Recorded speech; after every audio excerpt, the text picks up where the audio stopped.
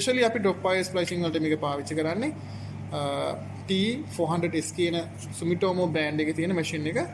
අපි මේක ඔන් කරන්නේ මෙන්න මේ හරිය අපි ඩීප් මේ ෆෝවර්ඩ් බටන් එකේ තියෙන මේ ඩීප් ප්‍රෙස් එකක් දීගෙන ඉන්නවා. ඊට පස්සේ මේ ස්ක්‍රීන් එක එනවා එක මෙතන ග්‍රීන් ලයිට් එකක් එනවා. හරි ඊට Sumitomo ඉලෙක්ට්‍රොනික කියලා ඩිස්ප්ලේ වෙන්න ගන්නවා.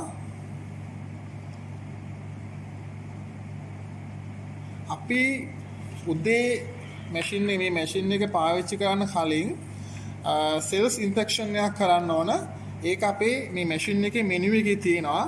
අපි ඉස්සලම් ප්‍රෙස් කරන්න F1 ඊට පස්සේ F අපිට මේ මෙනු එක ගන්න ඕනේ. එහෙනම් අපි F3 ක්ලික් කරනවා. ඊට පස්සේ මෙතන මේ ඩවුන් ඇරෝ බටන් එකකින් ගිහිල්ලා මේන්ටනන්ස් වලට යනවා. මේන්ටනන්ස් හරහා මේක ඕකේ කරන්න F2 වලින් නැවතත්.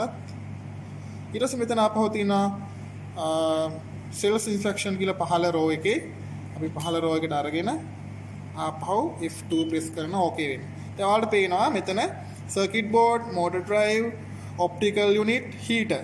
මෙන්න මේ විදිහට තමයි අපි සෙල්ස් ඉන්ෆෙක්ෂන් එක කරන්නේ. සෙල්ස් ඉන්ෆෙක්ෂන් එකේ මොකක් හරි අවුලක් තියෙනවා නම් අපි ඉක්මනට මේක හෙඩ් ඔෆිස් රිපෙයාර් සෙන්ටර් නැත්නම් සර්විස් එකට යවන්න. රයිට්. ඒතකොට අපි මෙන්න මේ ඊතල ඇරෝ එක දැම්මම මෙන්න මේ විදිහට සෙල්ස් ඉන්ස්ට්‍රක්ෂන් පටන් ගන්නවා. සර්කිට් බෝඩ් එක රන් වෙලා ඕකේ වුණා, මෝටර් ඩ්‍රයිව් එක ඕකේ වුණා, ඔප්ටිකල් යුනිට් එක ඕකේ වුණා, සහ හීටර් එක ඕකේ වුණා. එතකොට මේ ටික ඕකේ වුණායින් පස්සේ අපිට normal විදිහට press back arrow key to complete.